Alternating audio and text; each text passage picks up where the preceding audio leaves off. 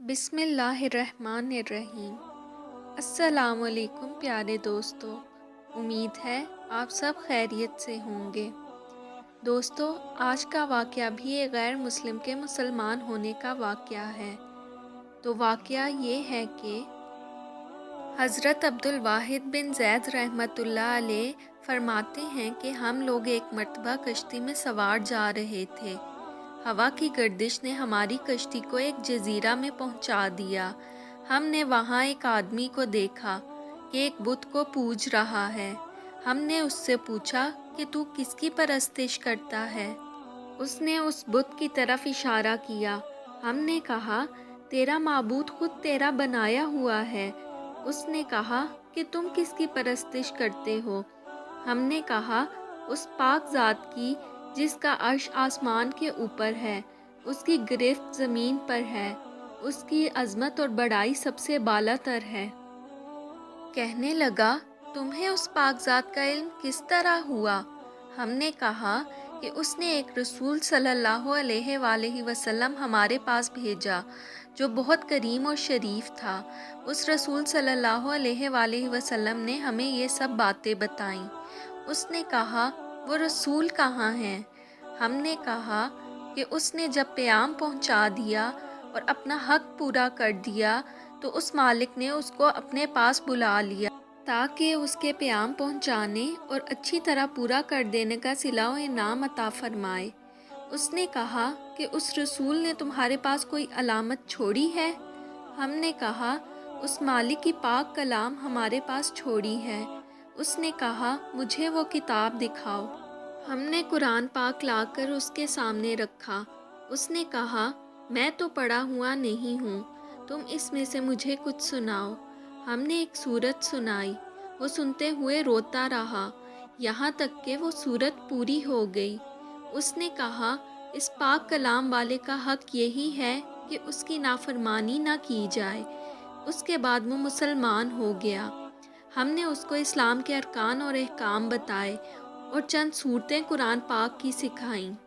جب رات ہوئی، عشاء کی نماز پڑھ کر ہم سونے لگے تو اس نے پوچھا کہ تمہارا معبود بھی رات کو سوتا ہے؟ ہم نے کہا، وہ پاک ذات ہے، وہ نہ سوتا ہے نہ اس کو اونگ آتی ہے۔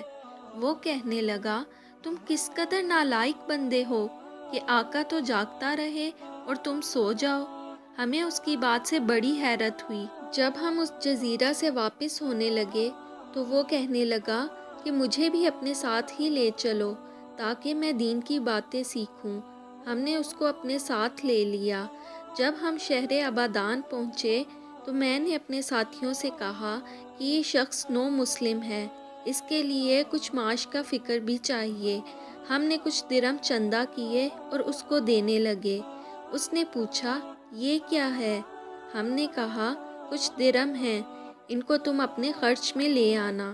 کہنے لگا، لا الہ الا اللہ، تم لوگوں نے مجھے ایسا راستہ دکھایا جس پر خود بھی نہیں چلتے۔ میں ایک جزیرے میں تھا، ایک بت کی پرستش کرتا تھا، خدائے پاک کی پرستش بھی نہ کرتا تھا۔ اس نے اس حالت میں بھی مجھے ضائع اور ہلاک نہیں کیا، حالانکہ میں اس کو جانتا بھی نہ تھا۔ بس وہ اس وقت مجھے کیسے ضائع کر دے گا جبکہ میں اس کو پہچانتا بھی ہوں، اس کی عبادت بھی کرتا ہوں۔ 3 دن کے بعد ہمیں معلوم ہوا کہ اس کا آخری وقت ہے، موت کے قریب ہے۔ ہم اس کے پاس گئے، اس سے پوچھا کہ تیری کوئی حاجت ہو تو بتا۔ کہنے لگا، میری تمام حاجتیں اس پاک ذات نے پوری کر دیں جس نے تم لوگوں کو جزیرہ میں میری ہدایت کے لیے بھیجا تھا۔ شیخ عبدالواحد رحمۃ اللہ علیہ فرماتے ہیں کہ مجھ پر دفعتاً نیند کا غلبہ ہوا۔ میں وہیں سو گیا تو میں نے خواب میں دیکھا ایک نہایت سرسبز شاداب باغ ہے۔ اس میں ایک نہایت نفیس قبہ بنا ہوا ہے۔ اس میں ایک تخت بچھا ہوا ہے۔ اس تخت پر ایک نہایت حسین لڑکی کہ اس جیسی خوبصورت عورت کبھی کسی نے نہ دیکھی ہوگی، یہ کہہ رہی ہے، خدا کے واسطے اس کو جلدی بھیج دو۔ میری جو آنکھ کھلی تو اس نو مسلم کی روح پرواز کر چکی تھی۔ ہم نے اس کی تجہیز و تکفین کی اور دفن کر دیا۔ جب رات ہوئی تو میں نے وہی باغ اور قبہ اور تخت پر وہ لڑکی اس کے پاس دیکھی اور وہ یہ آیت شریفہ پڑھ رہا تھا جس کا ترجمہ یہ ہے، اور فرشتے ان کے پاس ہر دروازے سے آتے ہوں گے اور ان کو سلام کرتے ہوں گے، اس وجہ سے کہ تم نے صبر کیا تھا اور دین پر مضبوط جمے رہے، بس اس جہاں میں تمہارا انجام بہت بہتر ہے۔ اللہ تعالیٰ کی عطا اور بخشش کے کرشمے ہیں کہ ساری عمر بت پرستی کی اور اس نے اپنے لطف و کرم سے موت کے قریب ان لوگوں کو زبردستی کشتی کے بے قابو ہو جانے سے وہاں بھیجا اور اس کو آخرت کی دولت سے مالا مال کر دیا۔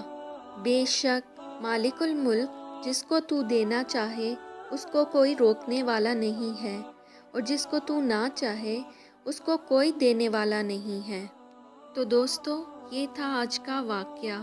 امید ہے آپ سب کو بہت پسند آیا ہوگا۔ اگر آپ کو یہ واقعہ پسند آیا ہے تو ویڈیو کو لائک کریں، شیئر کریں اور چینل کو سبسکرائب کر دیں۔ میں پھر آؤں گی ایک نئی ویڈیو کے ساتھ۔ تب تک کے لیے اللہ حافظ۔